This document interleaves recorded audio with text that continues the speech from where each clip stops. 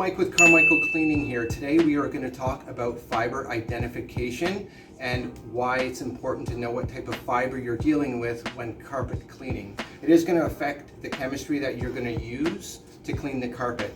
So we're mainly putting it in two categories: nylon or an oil-based fiber. The oil-based fibers are going to be Berber, polypropylene, things like that, polyester. Berber and olefin are the same. So we basically want to find out if it's an oil-based fiber or if it's not. If it's an oil-based fiber, you're going to need to boost it with some degreasers to break down those oils, because oil and oil attract and they love each other. So they're oil-loving fibers. If you're just dealing with nylon, nylon is the easiest type of fiber to clean.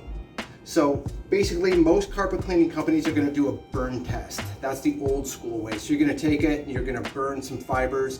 You're going to look at the smoke, the smell. You're going to look at how it burns, the ash, and you're going to use all of these things to determine what type of fiber it is. Basically, take a good guess.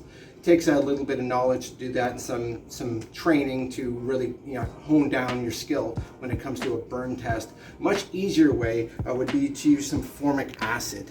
So that's all we're going to do today. We're going to take some of the fibers. I just grabbed some out of a corner somewhere where there's some loose fibers and just put it into a little shot glass. And we're looking for this to dissolve. We'll put a few drops and we're going to see if this dissolves. If this starts to dissolve, then we're probably looking at a nylon. And if not, we're dealing with an oil-based fiber. From what I'm seeing here, this is not dissolving.